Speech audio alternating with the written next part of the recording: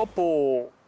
almeno 3 mesi di confronto con i nostri soci, con i nostri associati del BARD,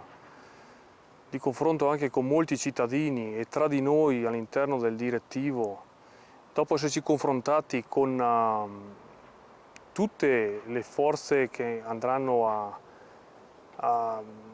battagliare per questa tornata elettorale per le regionali, siamo giunti alla conclusione di candidarci in una lista che avrà il simbolo Veneto Civica, coalizzata con il PD, per un motivo molto importante, che riteniamo molto importante per il territorio e per dare rappresentanza alle comunità dolomitiche. Siamo giunti ad un accordo con il governo ad ampio, diciamo, spessore, in quanto è stato firmato da Lorenzo Guerini, vice segretario del PD nazionale, in cui si garantisce l'elettività all'ente provincia di Belluno, l'elettività che la Del Rio ha diciamo, negato, declassando la provincia da primo grado a secondo grado,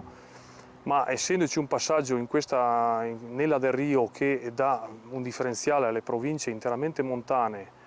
confinanti con stati esteri, per il caso di Belluno anche popolata da diverse minoranze linguistiche,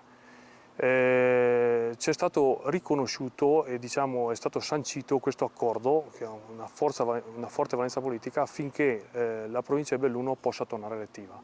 Questo è l'unico e vero motivo, ma non è il solo, ma insomma è quello diciamo, più importante, che ha